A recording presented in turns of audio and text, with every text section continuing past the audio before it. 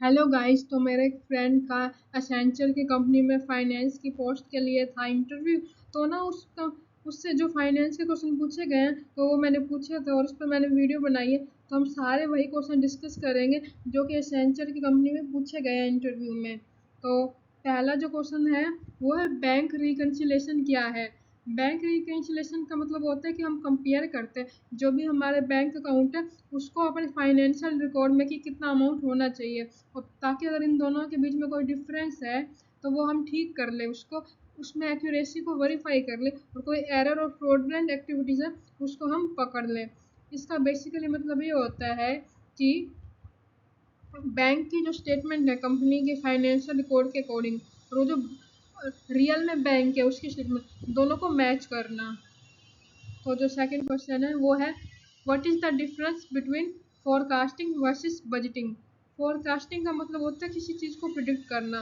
तो उसका मतलब ये हुआ forecasting means predicting future outcomes based on past data and assumption. It is helpful in short-term planning and decision making, while budgeting means creating a plan for company financial resources for a specific period, usually a year.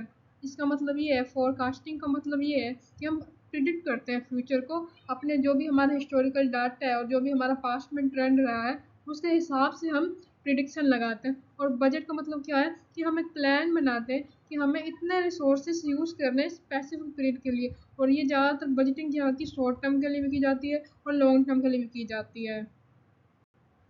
उसके बाद है deferred revenue.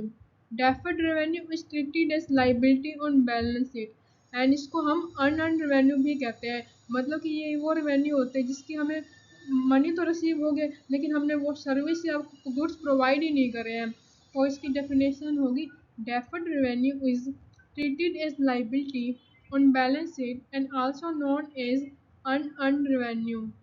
It is that money which is received by a company for goods or services not yet delivered or performed. उसके बाद आता है test control. Test control means evaluation of effectiveness of a company internal controls over financial reporting. It includes reviewing documentation, observation of application, re-performing control procedure to verify effectiveness, conducting walking-throughs to understand the flow of transactions, testing samples to ensure controls are applied.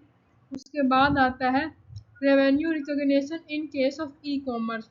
E commerce की company में हम revenue को कैसे recognise करते हैं। तो इसके लिए हम क्या करेंगे, इस ई कॉमर्स के केस में ये ऐसा तब किया जाता है जब गुड्स और सर्विस है वो कस्टमर को ट्रांसफ़र हो जाए, मतलब कि सर्विस मिल जाए कस्टमर को। तो इसकी डेफिनेशन है in case of e commerce revenue is recognised when the control of goods services is transferred to the customer, specifically at the point of delivery or when service is rendered. Main steps are similar to general revenue recognition, but often involves more detailed tracking of delivery and customer receipt confirmation. And जो last question है वो है how is cost sheet prepared. Cost sheet में क्या होता है, हम सारी कॉस्ट रिकॉर्ड करते हैं जो भी किसी भी प्रोडक्ट मटेरियल को बनाने में यूज होती है। तो ये क्या हो गया, under cost sheet all the cost associated with the production of goods और services are recorded. This include direct cost. Direct cost में आ गया हमारा मटेरियल एंड लेबर जो कि डायरेक्ट प्रोडक्ट को बनाने में यूज हुआ है। एंड इनडायरेक्ट कॉस्ट वो होता है ओवरहेड्स। ओवरहेड्स होती है हमारी सैलरी।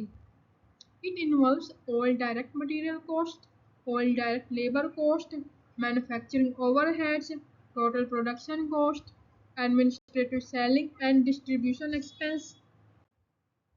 उसके बाद पूछा गया है अकाउंटिंग स्टैंडर्ड के बारे में।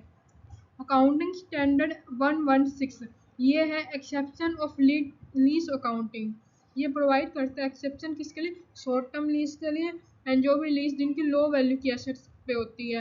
लीज का मतलब होता है एक तरह से कमोडिटी की ओनरशिप ट्रांसफर नहीं होती है बट जो है पोसेशन चेंज हो जाता है। For this lease लीसी